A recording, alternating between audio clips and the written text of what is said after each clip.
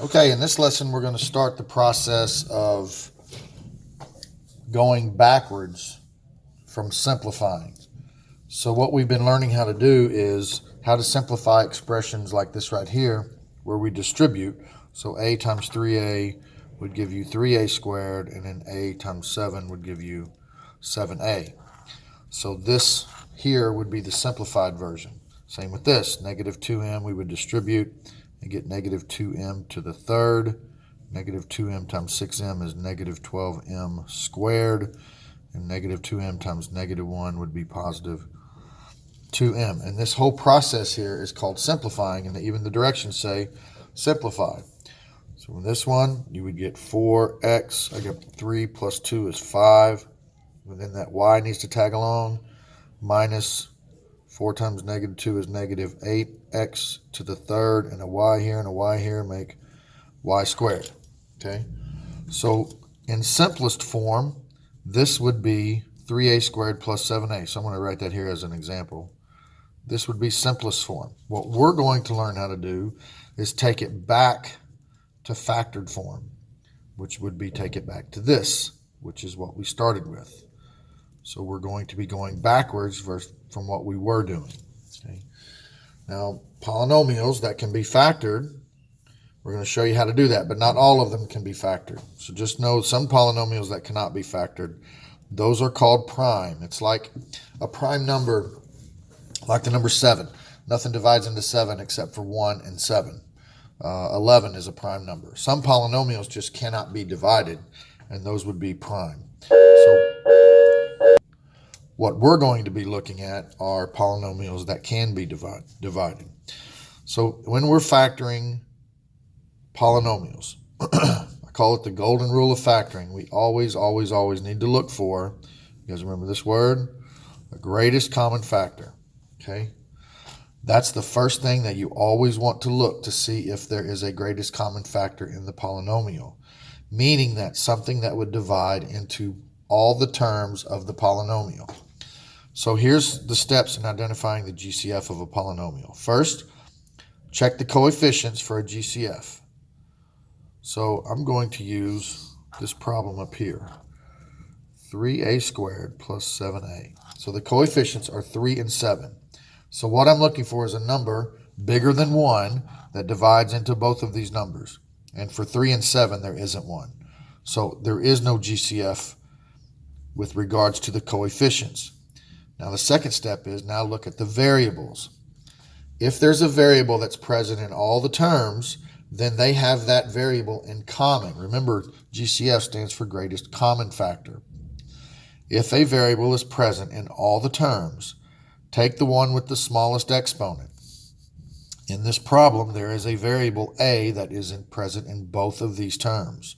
The one with the smallest exponent is this one, a to the first. Okay, so they both have an a in common. So that a,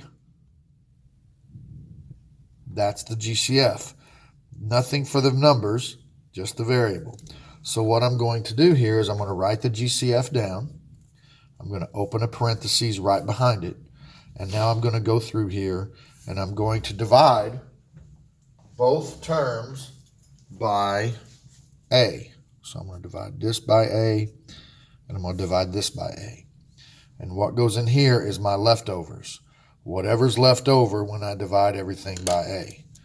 So 3a squared divided by a, remember, you subtract the exponents when you're dividing. So I get 3a to the first. Over here, these a's cancel out completely, and I'm left with just 7.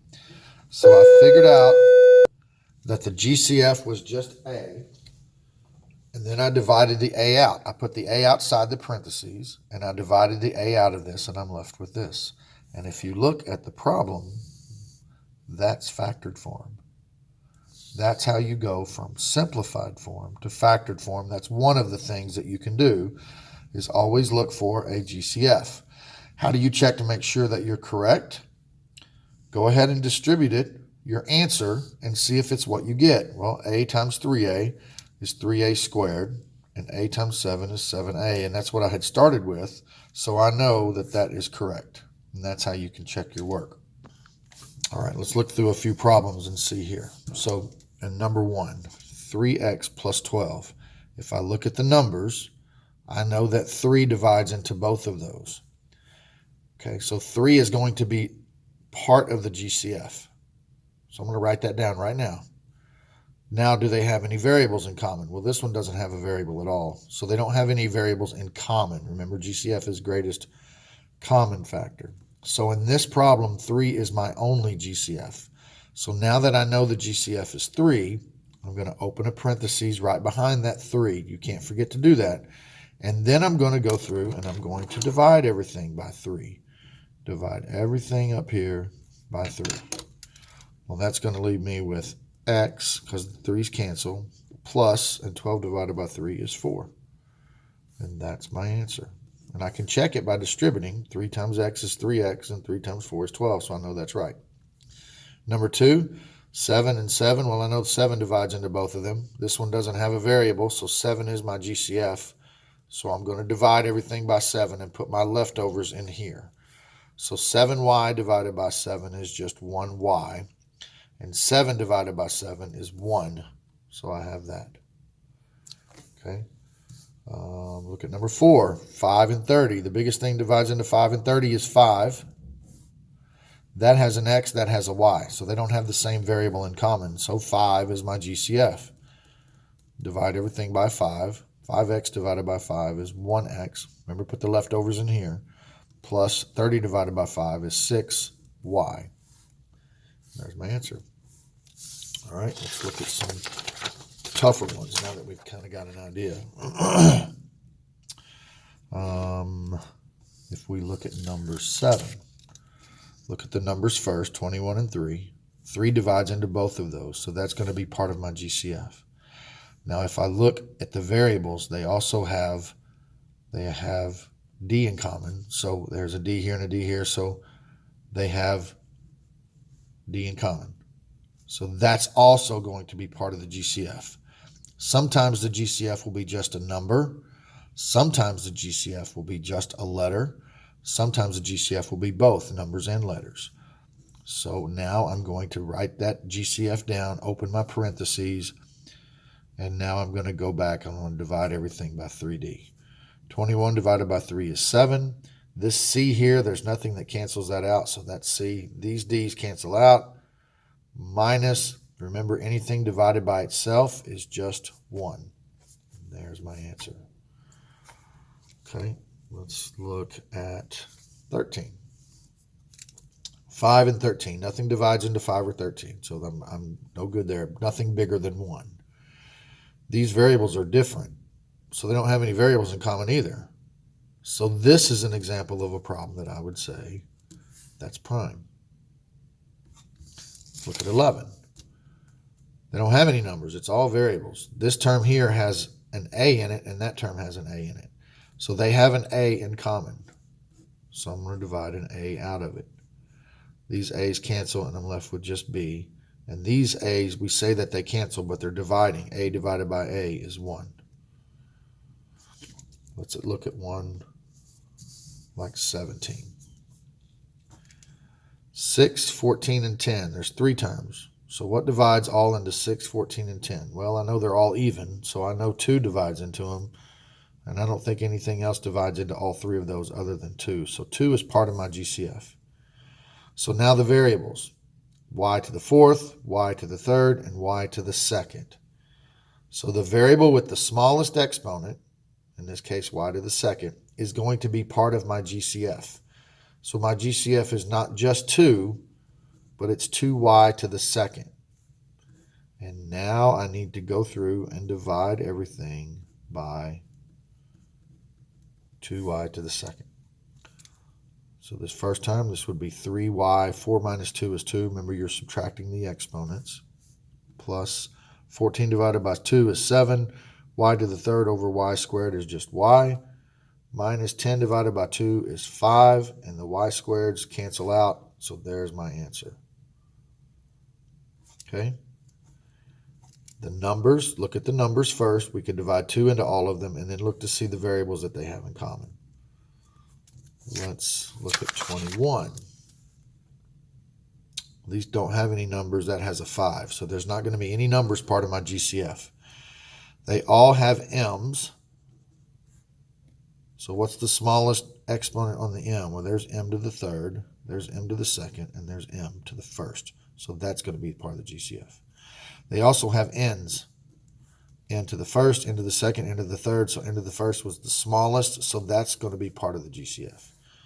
So now I'm going to divide everything by mn, and my leftovers go in here. M to the third over m is m squared. The n's cancel. Minus m squared over m is m. N squared over n is n. Plus 5, the m's cancel. N to the third over n is n squared. There's my answer. Okay, look at the last one. Last problem. Look at the numbers first. 3, 9, and 15. What divides into all of those? 3 divides into all of those. And now I have to look at the variables to see what they have in common. It looks like every term has a's, b's, and c's. So I'm going to have an a. I got to find the smallest exponent on the a. A to the third, a to the second, a to the first. So a to the first is part of the GCF. Now I got to find the b, the smallest exponent with the b's. B to the second, b to the third, b to the fourth, b to the second was the smallest. So there's my part of my GCF. So it's just a process. Go down the line. C to the second, C to the third. So C to the first is part of my GCF. Open my parentheses. Divide everything by 3ab squared c.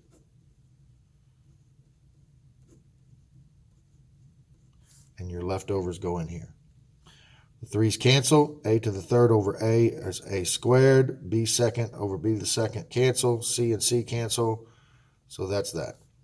Minus 9 over 3 is 3. A to the second over a is a. B to the third over b to the second is b. C to the second over c is just c. So there's that term. And then lastly, 15 divided by 3 is 5. The a's cancel. B to the fourth over b to the second is b to the second. C to the third over c is c squared. So there's my answer. GCF, factoring out the GCF. Now remember, you can check all of these by just redistributing and seeing if you get what you started with. Okay? That's how we factor using the GCF.